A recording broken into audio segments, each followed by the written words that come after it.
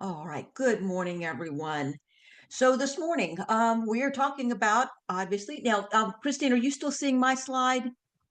I am. Yep. I'm Okay, at off-campus hotspot lending for libraries. perfect. When I started the video or the recording, I should say, it looked like it was had stopped the share, so I just wanted to make sure.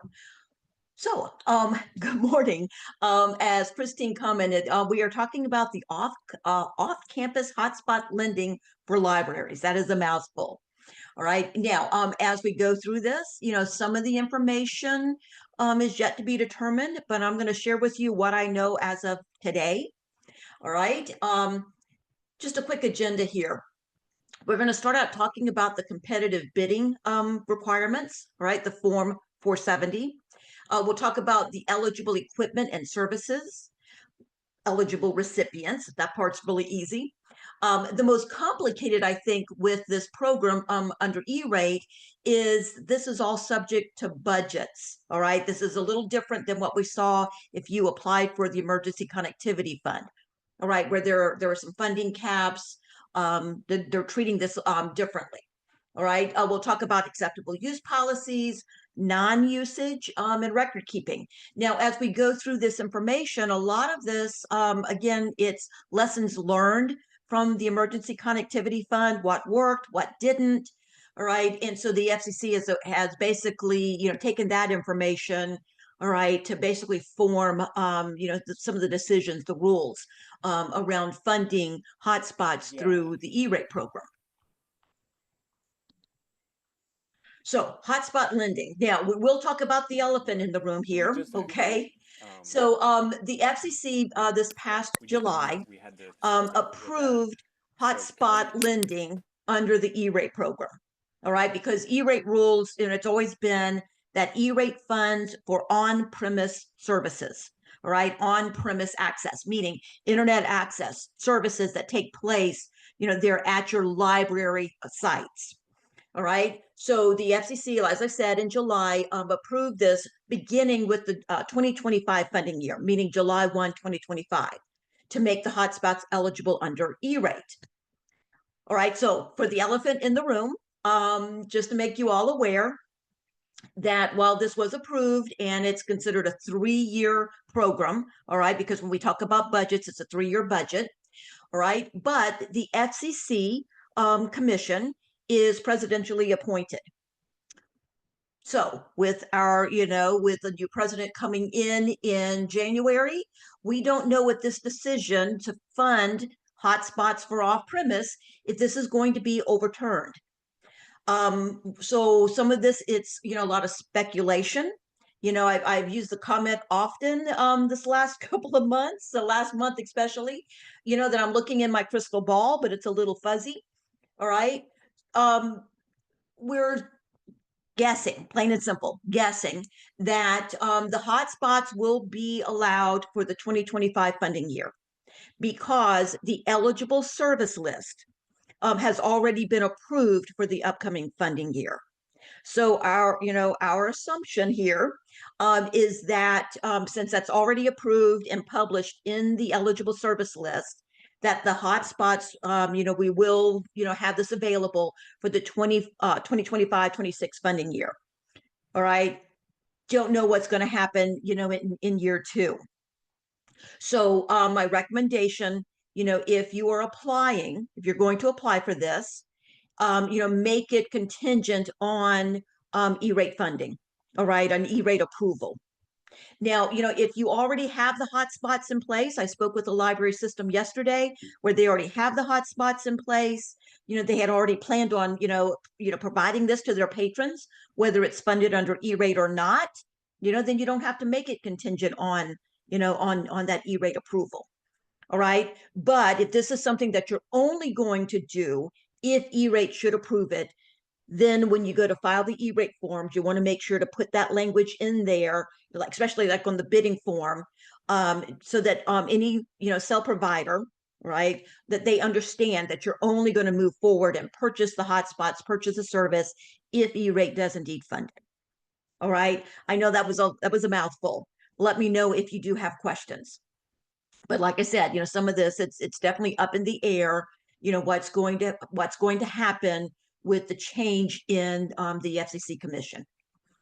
All right, so the earliest that you can get this funded, all right, if everything remains the same as of today, would be July 1, 2025. All right, so this covers the Wi-Fi hotspots, the device themselves, and the services. All right, for students, teachers, library patrons, library staff. Basically, if you don't have adequate internet access off campus, all right, off property. Right now, as I said, this is subject to a per device service plan cap, and as we know right now, as of today, it's a 3-year funding cap. Now, I mentioned some of the lessons learned with the Emergency Connectivity Fund. One of the things with this program, you're not allowed, under E-rate, you're not allowed to warehouse hotspots. All right. So, you can't buy additional hotspots and leave them sitting on a shelf, should a patron, not return a hotspot. All right. So you need to show that, as quickly as possible, all right, that that you're making these available for patrons to be able to check out. Okay, now one of the things that I'm recommending, if you have those ECF funded hotspot devices, right, using those for warehousing, to replace a lost or stolen device. All right, and then you can have E-rate fund the new devices. The new devices, those get handed out, those go out first, and then you have the ECF funded devices sitting back in reserve. All right, like I said, if something's lost, stolen, broken, all right, to be able to pull from there. Now, SEPA, as far as SEPA compliance, all right, the filtering requirement. So the FCC did give us some clarification that you're only required to filter if you are also, in addition to providing the hotspot, if you're also providing the end user device, a laptop, all right, say a Chromebook, all right, a tablet. If the library is also issuing that laptop as well as the hotspot, then you're required to filter, all right, that laptop, that end user device.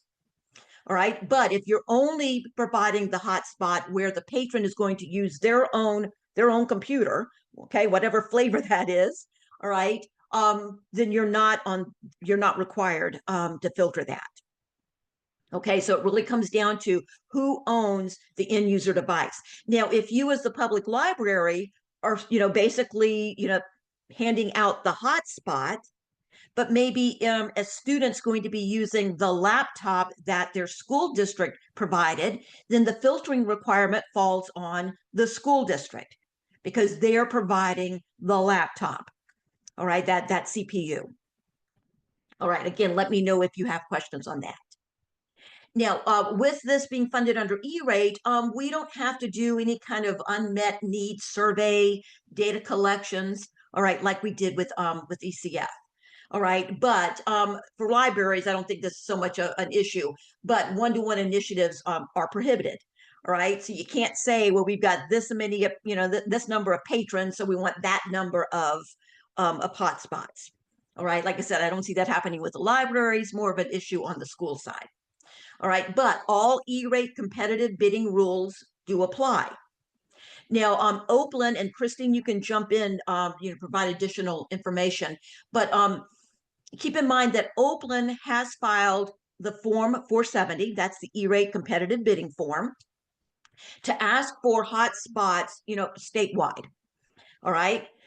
With that, the hope is that by asking for this much larger number, right, that we can get the pricing, that per monthly cost down. Now, if this all works out, all right, and we get vendors to respond, you most definitely can reference Oakland's 470. All right, but then you would be in essence contracting directly with the cell provider, okay, for that service, for those hotspot devices. You still have to file your Form 471. You would just point to the Oakland 470. So when we do 471 training, I will show you what that looks like. All right, because there's some specific steps that you would have to go through. All right, but you may want to file your own 470 That's what I would recommend. File your own 470.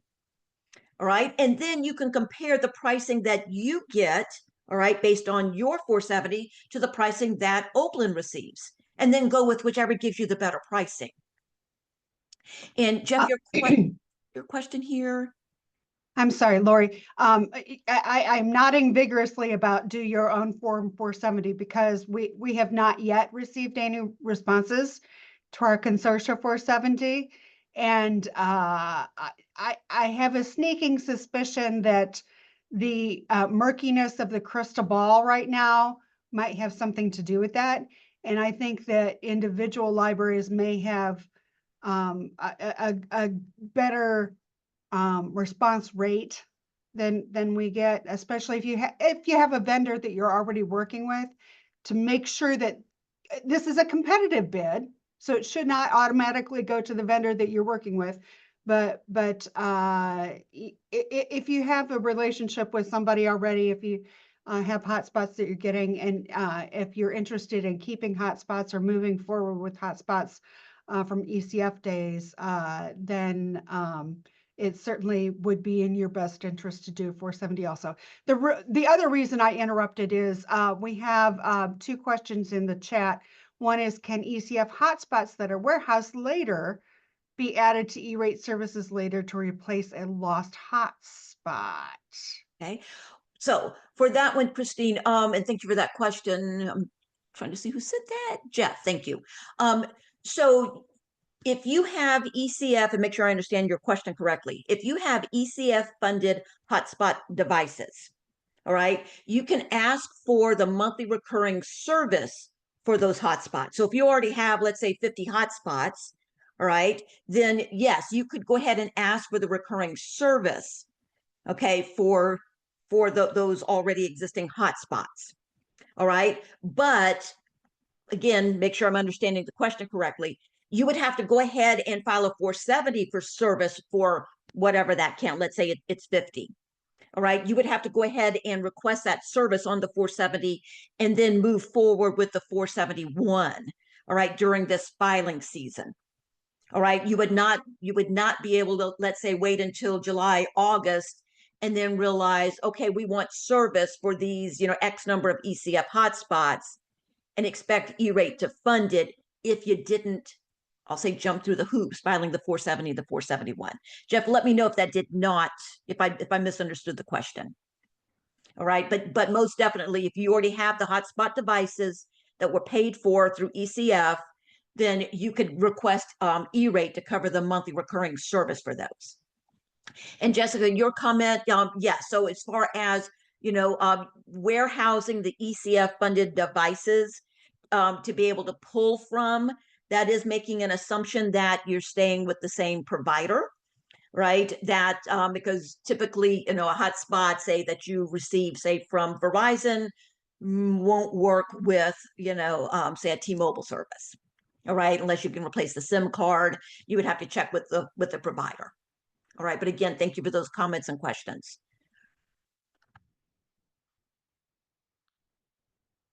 Perfect, thank you. So the Form 470, the FCC did update the application. So we now see both the hotspot equipment, the device itself, as well as the service on the form. So again, we have to start with, even if you're already in the middle of a contract, all right, that you entered, say, during ECF, all right, you still have to go out to bid. You cannot grandfather in, that previous multi-year plan. All right. Now, there is no RFP, a request for proposal, required a separate RFP document. The 470 does that for you. The 470 acts as an RFP. All right. So you can ask for the service, you can ask for the devices on the 470. Now, don't confuse this. This is, I know it's like splitting hairs here, but for E-rate has always funded a hotspot for a bookmobile. All right, because again, it's just obviously what it is, a mobile library, right? But when you're asking for a hotspot for a bookmobile, we are required to upload an RFP document. All right, so don't confuse the two. So if you're asking, say, for one or two hotspots that's going to serve a bookmobile or a kiosk, all right, we still have to have, you basically do that as a separate request, and you have that RFP document. The RFP can be a simple Word doc with just a couple of sentences saying that you're asking for, two hotspots to serve our bookmobile and our kiosk that, that serves the county. All right, it could be as simple as that. But when you're asking for the hotspot for the bookmobile or the kiosk, all right, basically, library property, we are required still to have that RFP document. Now, the 470 training that I conducted back in October, November, there is a section in that training where I do walk through how to apply for the hotspots. All right, so I know Christine has made that recording available. All right, but again, it is two separate requests on the 470 if you're looking for both the hotspot service as well as the hotspot equipment. Now, all the eligible hotspot equipment, I mean, that's pretty easy, right? It's that hotspot device. All right. So here are some requirements.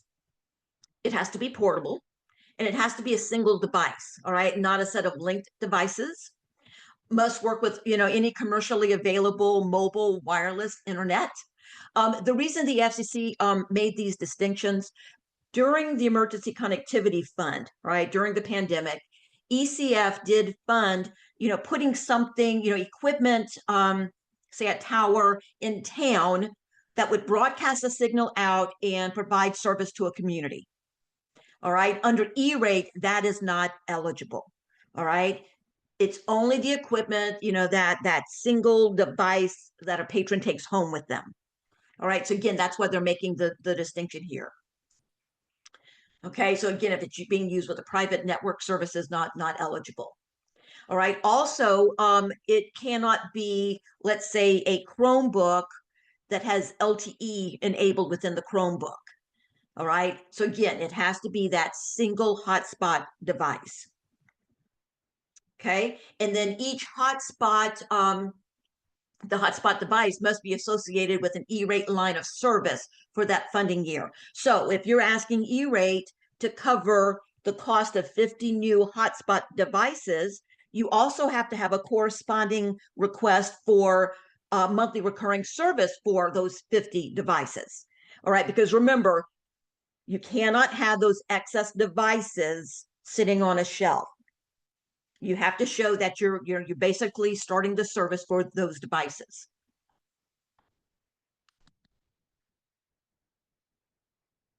Now, as far as recipients of hotspots, like I said earlier, it's to be used by students, school or library staff, and library patrons without sufficient broadband access at home or other, off-campus locations for educational purposes. All right. Well, of course, you're not going to be able to know for sure what a patron is using that hotspot device for, and our libraries don't ask, "How do you plan on using this hotspot?" All right. So in the acceptable use policy, when a patron checks out a hotspot, you can have a statement there that this is the intended purpose. All right, but again, as far as those user restrictions, as I mentioned, you're not required to filter. All right, so again, you just need to make the patrons know that this is the intent of them checking out the hotspot. Okay, so the hotspot budgets and funding caps. Now this is a little confusing, plain and simple. No, it's a lot confusing. So the pre-discount cost limitations. So the monthly recurring service, all right, so that service per hotspot is capped at $15 per month. All right. So now if you're, and then our E-rate discount percentage is applied on top of that. So if you're at, let's say, an 80% discount rate, E-rate will reimburse you 80% of the $15. Now, if you go with the plan where, let's say, the monthly recurring cost is $20 per month, all right, E-rate would then only reimburse you whatever your discount rate is on that first $15. Anything over the 15 is fully out of pocket. Now, if there are any activation or configuration cost included, all right, that is included in the capped amounts, I should say. Now, as far as the hotspot device itself, that is capped at $90 per month. Now, again, looking in that crystal ball, during ECF, services were capped at $40 per month. And most of the ones I saw around the state, most services were right, pretty close to that $40. But the hotspot devices were free or some minimal cost. I saw some that were like 99 cents. All right. So if a patron did not, return a hotspot, you could reach out to your cell provider and they would just give you another free device. All right. But because the monthly services that cost now has been lowered so much, again, looking in my crystal ball, I am speculating service providers are going to charge us more for those devices because E-rate will now cover up to $90 times your discount rate. All right. So again, just you want to have that conversation with your whichever provider you choose. What would the replacement cost of the devices be? All right. So again, if there's activation configuration costs, that is included in that capped amount. However, if there are taxes, all right. So when you look at your current bill, are you paying taxes? State, local? Is there a universal service fund? Fee attached to that? If so, then you can get that covered. That's not part of that cap. So if you look at your bill for that monthly recurring service, all right, let's say, it's $15 a month for the service and then $2.15 for the taxes. All right, then your funding request would be based on that $17 and change. All right, and then you would get reimbursed whatever your discount rate is. So again, taxes are on top of that capped amount. Okay, so applicants are permitted to select the Wi-Fi hotspot or service that costs more, as I said, but anything over, again, that's going to be out of pocket. Anything that exceeds there. So this is intended, all right, to be a 3-year budget cap. All right, we'll have to wait to see, if we get this for the 3 years or not. But based on what we know today, it is a 3-year cap. Now, when we look at the budgets, if you look at your total amount, we are allowed within, 1 year to use up to 45% of the budget. The reason for that is if you look at, let's say you have services for 100 hotspot devices, or excuse me, service for 100 devices, but you need to buy some additional equipment. All right. This allows you to be able to get the service for all of the hotspots plus buy the, the device itself. Okay. I'm sorry if I'm not explaining this well because it is confusing, but you can spend no more than 45% of when you look at that 3-year budget amount. All right. So like I said, when the FCC approved this back in July, the intent was to make it a 3-year that would take us through the funding year 2027. All right. And then if it's continued, then you get a new 3-year budget in 2028. All right. So we'll have to see what happens. Now, if you do happen to use, let's say 45% of your budget in year 1, all right, then you're going to have that 55%, whatever that dollar amount, to cover the cost in years 2 and 3. All right. Just because you use 45% in 1 year, all right, you're not going to get additional funds added in years 2 and 3. This is very similar to the category 2 budgets, all right, where it's, here's the amount, all right, and then in this case, you've got 3 years to spend that. So it's a really, okay, and Jessica, your question here. And Jessica, you're right. So if you file the paperwork to show that you're tax exempt, all right, there may not be any taxes applied. But in some cases, I have seen where even if you're exempt, still being charged that. All right. But again, if you've turned in the paperwork and so that you are tax exempt, so you're not being charged the taxes, not an issue. All right. But I know I've seen like a number of libraries, like for your internet, your bandwidth, currently under E-rate, where they're charging you the Universal Service Fund. All right. So as far as how the budgets are calculated for libraries, again, similar to category 2, it's based on your square footage. All right. And then they've looked at, 36 months at $15 per month. All right. That monthly recurring cost plus $90 for the hotspot device. That gives us up to $630. So for that single hotspot device at $90 plus 36 months at $15 per month, $630. Okay. And then we factor in our discount rate as well as that square footage.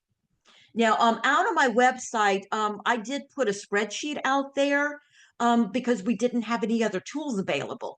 So I did put a spreadsheet out on my website that you're welcome to use, where in the first column you just plug in the square footage, all right, your discount rate, and then it basically does some rounding, and it says basically here's your budget for the 3 years. So in my first example here, it's showing $50,400. And if you decided that you needed to buy, the hotspot devices, so you need to dip into, a little more in that first year. Okay, remember the max you can ask for is 45%. So in the first year, the max that you could request would be the $22,680. All right. And then the difference, you would have that to spend in years 2 and 3. Okay, providing everything remains the same. Just last week, I think it was, USAC let us know that they have added a budget tool out on their website, and it's really slick. It works well. All right. Let me see if I can switch screens here. Give me just a second. All right, you should be seeing, it says E-rate Wi-Fi hotspot budget calculator. Christine, can you confirm that's what you're seeing? Yes, Okay. exactly. Thank you. Okay, perfect. So here's the URL there at the top of the slide. All right, so when we use this tool, all right, you're going to see, it's a calculation for both schools as well as libraries. So the first thing you need to do is click on the pull down and choose your discount rate. All right, so let's say it's 80%. All right, as a library, we come over to where it says total square footage. You have to click on the pull down, but when we do that, then you can enter the value in the field. So let's say and this is a cumulative total, all right, for your main library and all of your branches. All right, so what's that cumulative square footage? So let's say it is 27,500. All right, we have to make sure to click on apply. All right, and then it's going to show us. So here's the total hotspot budget. All right, for this library system, it's $81,900. That's that pre-discount amount. And if you needed to dip into more than 1/3 of the cost, right, one year's cost, you can go up to the 45%. It's showing us that the max, all right, for any 1 year would be the $36,855. All right, so again, it's a really nice, easy tool to use.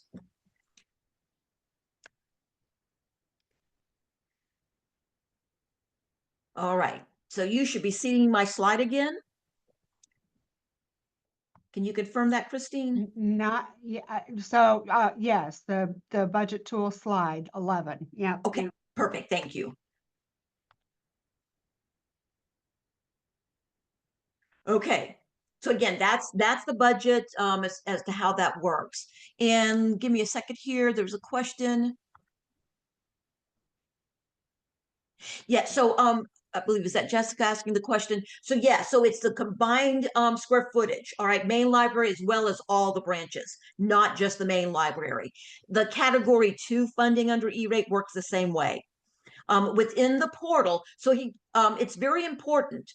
All right, even if you've never applied for category 2 funding, it's very important that you go into the E-rate portal, and for each of your libraries that are listed in the portal, make sure that the correct square footage is listed. All right, because again, if you some of our libraries have 0 square footage listed because you've not applied for Cat 2 before. All right, so you want to make sure that the square footage has been, correctly reported for each library location, branch as well as main. All right, to make sure that the square footage is all accounted for. All right, because if you obviously, all right, if you don't, add those values, you're going to short yourself.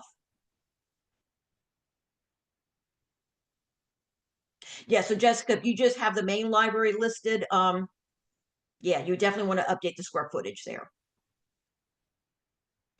All right, because again, don't short yourself. So other requirements, just some things you want to be aware of. All right. We talked a little bit about the AUP. You have to have that publicly posted, acceptable use policy. Now, you don't, for libraries, you're not required to collect signed documentation of user compliance with their AUP like you did with ECF. But, the recommendation is, you do have something saying that this patron is checking out this hotspot because they lack access. All right. And that this is primarily for educational purposes. All right. Now, if you do have, some type of network restrictions, as far as if they're logging into the library, then you still have to impose those restrictions. Now, non-usage requirements. Again, this is definitely, lessons learned from ECF. During ECF, we had lots of issues getting reimbursed. It was nasty. All right. Trying to get reimbursed when you had a hotspot that showed zero usage. All right. Or say a patron didn't return the hotspot and, it hasn't been used.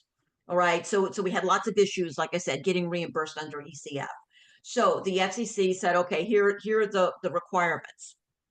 So, but the nice thing is a lot of these requirements fall on the service provider. All right, not the libraries as the applicant.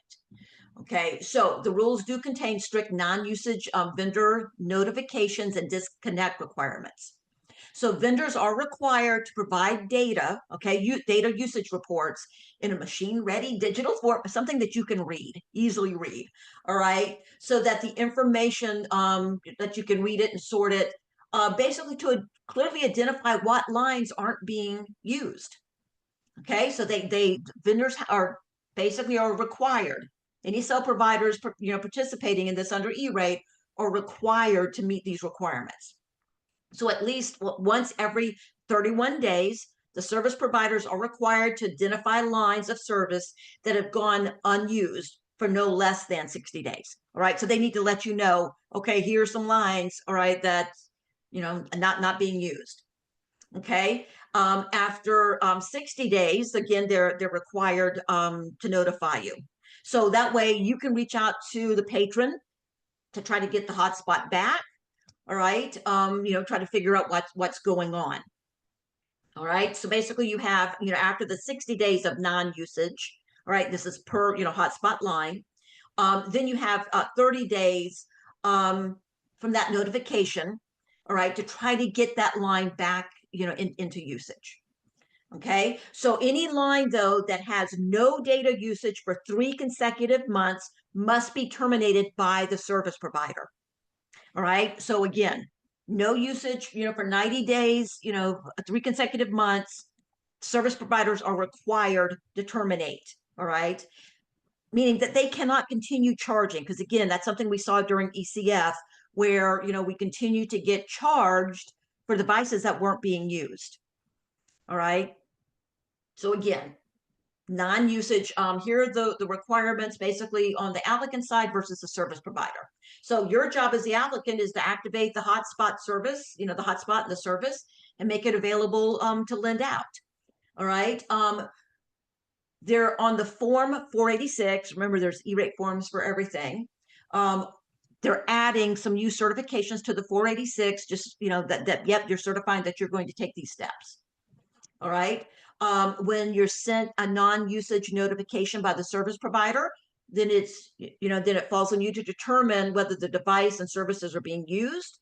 Should it be redistributed? Should it be discontinued? All right. And then 30 days for the hotspot to be used before terminating the lines of service. So again, staying on top of looking at those reports that you receive from the service provider. All right. Checking for that non-usage. All right, but like I said, most of this falls on the service provider to make that reporting available. All right, and then terminating that service after the 90 days. Now, record keeping, it is, we experience this with ECF as well. All right, so just like with ECF, E-rate rules, basically that you need to keep track of those hotspot devices. So if E-rate is paying for the devices, you need to keep track, asset inventory, with the equipment make and model, the serial number. All right, so you can pinpoint where those devices are. All right, if a device is stolen, it doesn't get returned, then you document that in your asset inventory. All right, so again, you want to make sure, keep track of where things are. Now, a couple more details here. As far as length of lending period, the FCC declined to specify, a specific length of lending at this point. So again, if you allow a patron to have it for a month, 3 months, all right, there is, currently there is no limit on that lending period. Now, as far as priority of funding, basically, we're treating these hotspots. It hasn't been formally called this, but we're treating it like a category 3. All right. So priority is making sure that all the category 1 funding requests can be funded, and then the category 2 request. All right. And then the hotspots. So if something were to happen, the last number of years, we were, with all the Cat 1 and Cat 2 requests, we're nowhere near the E-rate, max. All right, maxing that out. All right, but the FCC has said if for some reason the demand for the hotspots, puts us over, that budget, that overall budget for E-rate, hotspots would basically get lopped off first. Right. So no user access restrictions. Okay, so as I said, you're not required to do the filtering if you're only providing the hotspots, and the 3-year life cycle. So again, lessons learned from ECF, all right, where the FCC understands that a hotspot's life cycle, all right, 3 years is really pushing it. All right, so after 3 years, if E-rate does fund those hotspot devices, after 3 years, you can dispose of them. All right, so again, let me know if you have questions on that. Like I said, I know it's a lot of information. Now, if you do have that occurrence where the vendor disconnects due to non-usage after the 90 days, all right, you can, if you replace that hotspot, you put that line back into service, all right, you can do that one time. All right, so for that specific line, let's say you reactivate it. If something happens where it has to get turned off a second time, then that line is done. All right. You only get the second chance to reactivate. All right. Apply service to that device. But if you have to turn it off a second time for that same line of service, all right, you would not be able to reactivate it for the 3rd time. Now, if you are applying for this, very important, when you file the form 471, all right, now the 470, that's the bidding form. You can put the hotspots, on the same 470 as well as any other, E-rate requests that you want pricing on. But when we go to file the 471, that's where we state specifically, the vendor we're purchasing from, the cost, the type service. The recommendation is put that on its own 471 application. All right, because again, those may get delayed until the FCC and USAC determine what the full demand is for the category 1 and category 2. All right, you don't want a hotspot request holding up your other E-rate funding request. All right, so plan on putting that on its own 471 application.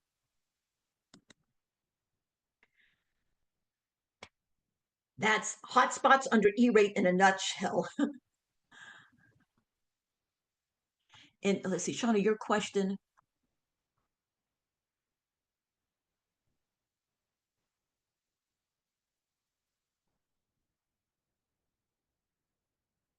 Yeah, and Shauna, my understanding is, so yeah, if you turn off, if you temporarily turn off remember, you have 90 days before, the service provider is required to turn it off. So if the library system, hands out a hotspot to a patron, and you see that after 60 days, there's no usage, you can go ahead and temporarily turn it off. All right. And then, if they return it or you get another hotspot, that will service that line, that should not be an issue. It's only if it's after that 90 days. Yeah, yeah. And that's pretty typical, turning it off. You see that after 60 days, okay, they didn't return it. They should have returned it a month ago. Yeah, then you go ahead and turn it off. That's typical, turning it, off and on again. So, Lori, I guess just to clarify, the turning it off and on after 90 days is a program rule. But and some vendors will say you can only turn it off twice as a contract item, right? So like you could have it set in the contract that, you're turning it on and off doesn't trigger like removing the line. Correct. Because even if, and I think Megan said you turn it off after 2 weeks. Okay. Yeah. So you as a library system or library turning it off and on, that's not a problem. All right. You could even turn it off. So there's obviously no usage, right? Until either you get the hotspot back, or you pull from reserve a warehouse device, right, to reactivate that line. You can do that. And even if the service provider is still billing you for the service, even though there's no usage, that's okay. E-rate will still cover that reimbursement. All right. Though the rule of the 90 days, having a second chance turning it on, that's if it's gone, a single line has gone 90, past 90 days where the service provider is required to turn it off. Yeah. So what Joe's saying, I think there are a lot of libraries that turn it off if they don't get it back within the first week of it being overdue, they turn them off. Yes. To get things back. And yeah, I see 4 or 5, 6, 7. Yeah. A lot of thumbs up to what Joe's saying there. And still, even if you don't turn them off, sometimes they don't come back. But I have heard a lot of libraries have really good success if they're able to go in once a week and say, okay, these things are out and not haven't come back in a week, and so we'll turn them off to encourage them. Immediate suspension, great, that's awesome. That is awesome. And if you have some tips and tricks on like the processes for that, Bill, I know other libraries would probably be really interested in that. All right, sorry. So Chris had a question there. Brian had a question too, way back up to the, let's maybe go to Brian's and then continue with this turning off and on. Did you say if the square footage includes mobile service building that is open to the public? This would not be buildings not open to the public. These would be buildings open to patrons. That's the same rule with category 2. So the language that they use is non-instructional facility, because yes. they think of most things in terms of school. So yeah, if it is not a patron service point, do not include it in your square footage. Exactly. But exactly. Going back down to Chris at Perry County, you had a yeah. So, Chris, you talked about replacement. Remember with E-rate, because we applied months in advance. All right. So if you did not include that replacement hotspot in your request at the time when you're filing the 470 and then 471, you would not be able to get it covered. But what you could do is, let's say you currently have 100 hotspots. Okay, so bear with me here. Let's say you currently have 100 hotspots and you want service for all 100. but then you think you might want to add some additional hotspots or have those sitting out there, all right, as a replacement. You could go ahead and ask for additional hotspots, and the service for those hotspots, but only implement that, where purchasing down the road. So if that makes sense at all right. So you've got 50 hotspots and services, for those new 50, but you're not going to automatically start the service on those. Now, I don't know, if the service providers will allow for that. All right. They may require you, at the point that you receive the hotspot to go ahead and start the service on it. This one's that one's kind of gray.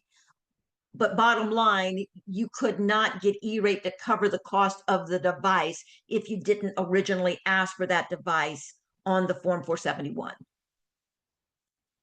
And let's see, was there a second part that?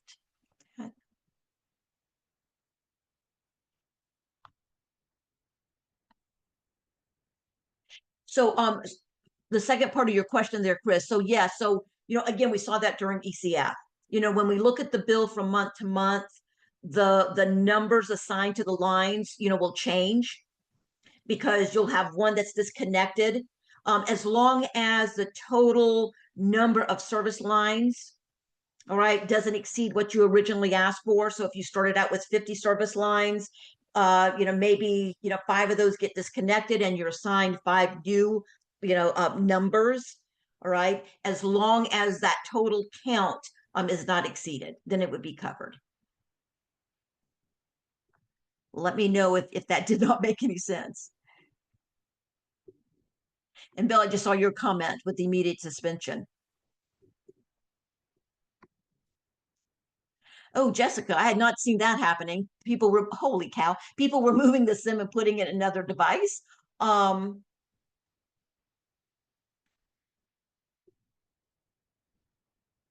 Wow. Sorry. I had not heard of that one happening. Public library patrons are very creative, right? I mean, Very, very creative. Megan had a good question. Yes. Category 1 or category C3? They talked about a C3 for a while, but actually it's category 1, correct? Yeah. As far as funding priority, it's being referred to as a category 3, but technically it all falls under category 1. Thank you, Megan. That's a very good question. So when you file the 470 and the 471, everything's going to be listed under cat 1 for this. All right. We're only referring to it as, maybe I should say, priority 3, as far as the priority in the in the funding. So that is a really good segue. Lori and I were talking yesterday, and I said the very important things that I need to do or think of during the day, I write on my hand because I generally don't lose my hand. That raises a really good point. Because of the murky crystal ball and because of the prioritization of funding and because of a lot of things, it's a really good idea to file a separate 470 for your hotspots than for your other category 1 services, right, Lori? Yes, I would do that. You could put it on a separate 470, but it's really comes into play with the 471. I was going to say and the 471, but if you just kind of start in that mindset of these, we're going to keep these buckets separate, even though they're both category 1, just in case something goes wonky with the transition to the new administration or whatever. Just highly recommend that. And I would even, we saw this last year when Wi-Fi for school buses became eligible. One of the things at the time that the FCC and USAC recommended was that when you go to file, again, put it on a separate form, even note in the nickname, because when we file a form, all the forms, start out asking for a nickname. So put in the nickname that this is for hotspots for patrons. All right. So that way, when service providers, when they see your 470, they're going to see that up front. All right. In the nickname. because I know it's going to cause confusion, for other providers, seeing that, oh, this is a category 1 request. Are they looking for internet access like you would have for your buildings? All right. So that just puts it up front, letting them know that this is for, hotspots for patrons. Just go ahead and just put that language in the nickname. Yeah, and Jessica, yeah, so go ahead if you need to file other other category 1 or category 2 items, put those on a separate 470. It sounds like a bigger pain right now, but I think you'll find it to be fewer headaches later. Yeah. And if you've already filed a 470 for this, I mean, don't go back and cancel and refile. All right. Just make sure when you file the 471 that you separate it out.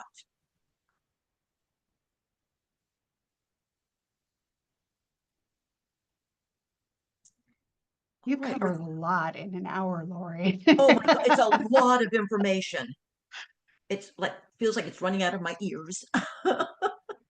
Well, and I will say, the sign of a good webinar is that you get a lot of people showing up who signed up, and this is absolutely true today. And you get a lot of people hanging on, and we had a lot of folks hanging on through all of this information.